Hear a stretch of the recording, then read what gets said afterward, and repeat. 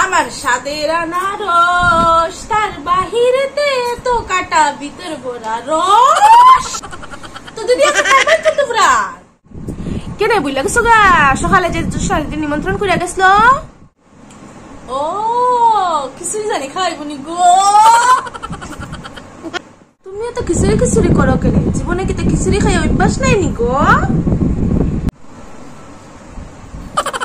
সেদিন মমতা আর বাড়িতে খিচুড়ি করছে, লগে করছে গে খিচুড়ি খাইয়া বেশরে আমার খুললা গেছে পেট।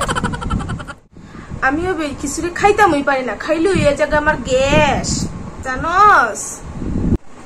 আমি তো দুইটা খাইছি, দুইটা কিচ্ছু হয়েছে না গো আমার।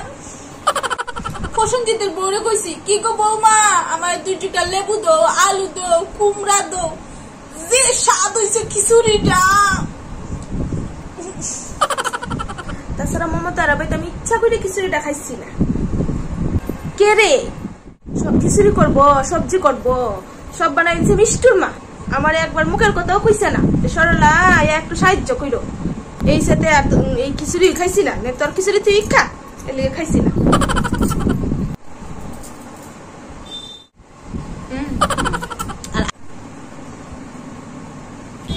আমি তো সেদিন উত্তর আবার চা খাইছি নি, চাও খাইছি না।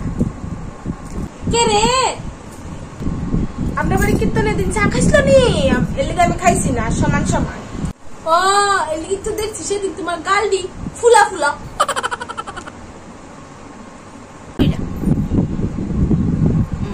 মুক্তার আবার জমছে কীর্তন লাগছে আমার সেরা। সাল্লার ভাবছি দিব ক্রিমবান কিন্তু দিছে সিরা। পাপাইরা বাড়ি সাল্লাকে দিছে বনরুটি, কীর্তন শেষে বাইরে গিয়ে দেখি নাই আমার সটি।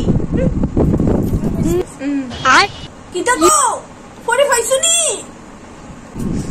পাইছি, পরিমল দাদা বলে বুলে বুলে লয়ে গেছিল গা, আর একটু বলো খাইতে আসি।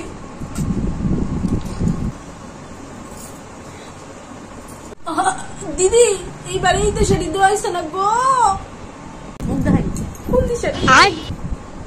আমার স্বাদের আনারস তার বাহিরেতে তো কাটা ভিতর ভরা রস।